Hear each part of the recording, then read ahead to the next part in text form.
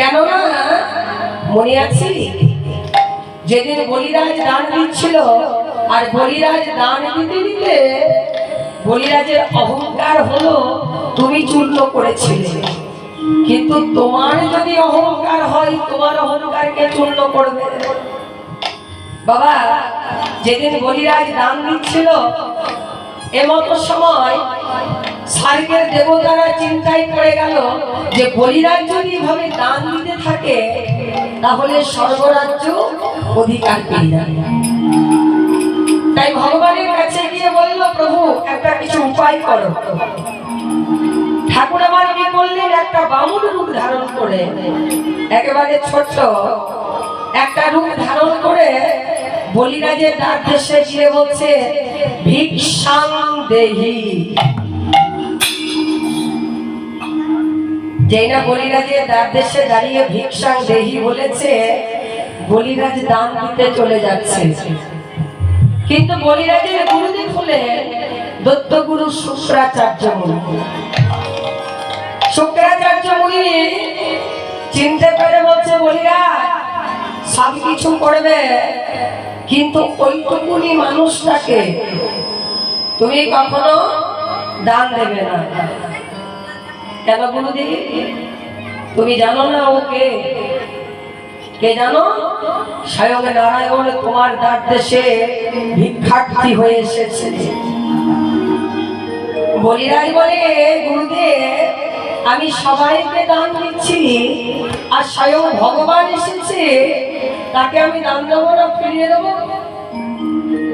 জানি যে গুরুবাক্য লঙ্ঘন করলে নরকগামী হতে হয়, কিন্তু সব কাজে যদি গুরুদেব বাধা দেন সেই গুরুবাক্য লঙ্ঘন করলে কোনোদিন নরকগামী হতে হয় না। তাই আমি দান দেবো। বলিরাজ দান দিতে চলে যাচ্ছে।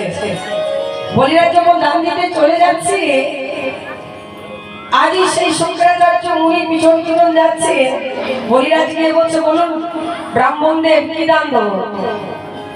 ঠাকুর আমার বলছেন, বলিরাজ আগে ত্রিশস্য প্রতিজ্ঞাবদ্ধ হও, প্রতিজ্ঞা করো তিনবার।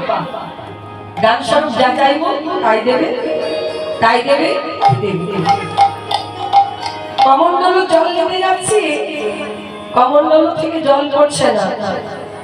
কেন না? শুক্রাচার্য মুনি কমণ্ডল নলের ভেতরে গিয়ে ডাকটিকে রুদ্ধ করে বসে আছে, কিছুতেই জল পড়ছে না। ভগবান বুঝতে পারলো, কেউ দেয় দান পুণ্য, কেউ দেয় হাতা, কোদালে পুরুলে তারে কাটা যায় মাথা। কেউ যদি দান দেয় কোনোদিন কাউকে বাধা দেবেন না। তাই শুক্রাচার্য মুনি বলিরাজকে দানে বাধা দিচ্ছে, নলের ভেতরে বসে আছে। ঠাকুর আমার কি করলেন না, একটা কুশ নিয়ে যেই নলের ভেতরে প্রবেশ করিয়েছে, অমনি শুক্রাচার্য মুনির একেবারে ডান চোখে গিয়া ভাগ ভাগছে।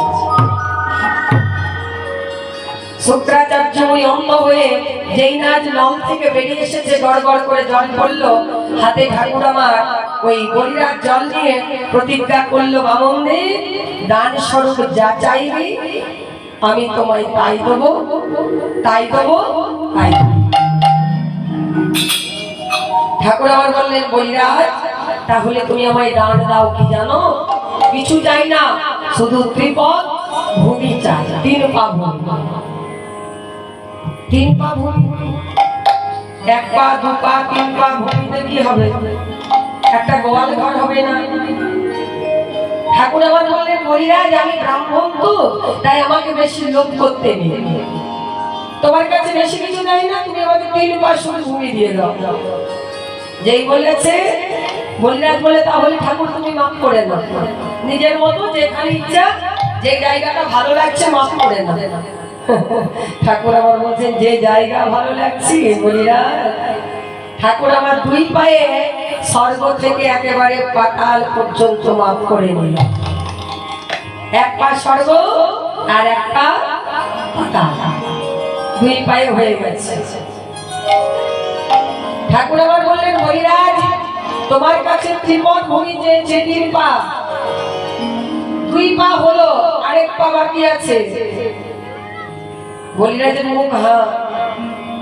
আচ্ছা ঠাকুর, তোমার তো আমি দুটি চরণ দেখতে পাচ্ছি, দুটি পা দেখতে পাচ্ছি, আরেকটা পা তো দেখতে পাচ্ছি না।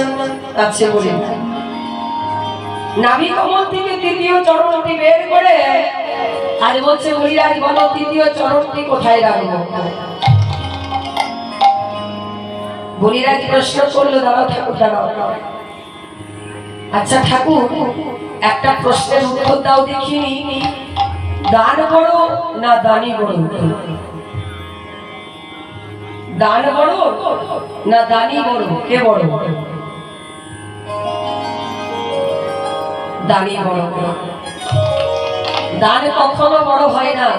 মানুষের কাছে অনেক টাকা পয়সা ধন সম্পত্তি আছে, কিন্তু মনটা যদি বড় না হয় কোনদিন দাম দেওয়া যাবে না বাবা। তাহলে আগে মনটা চাই বড়, তারপর দান দেওয়া যায়। যার জন্য ঠাকুর বললেন শোনো বলিরাজ, দান কখনো বড় হয় না, দানই বড় হয়। বলিরাজ বলছে ঠাকুর তাহলে দানি হলাম আমি, তোমার তৃতীয় চরণটি আমার মস্তকে রাখা।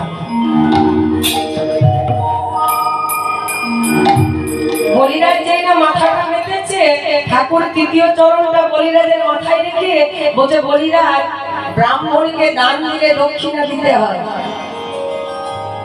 তোমার কাছে তো কিছু নাই, সব তো আমি নিয়ে নিয়েছি, দক্ষিণা কোথা থেকে দেবে? না হলে তোমার পাপের ভাগী হতে হবে। বলিরাজ বলছে ঠাকুর আমার কাছে দক্ষিণা আছে। বলিরাজের দক্ষিণা নামের একটা কন্যা ছিল বাবা। বলিরাজের কন্যার নাম ছিল দক্ষিণা।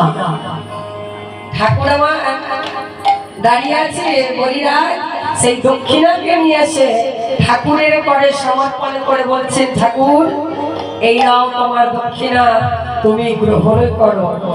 ভগবান ওম স্বস্তি বলে গ্রহণ করলেন। যার জন্য আজ সম্পর্কে ভগবান বলিরাজে কে হয়? মেয়ে জামাইকে কি বলে? জামাতা। যার জন্য শ্বশুর জামাইয়ের সম্পর্ক। ঠাকুর আমার বললেন যাও বলিরাজ, তোমাকে আমি পাতালের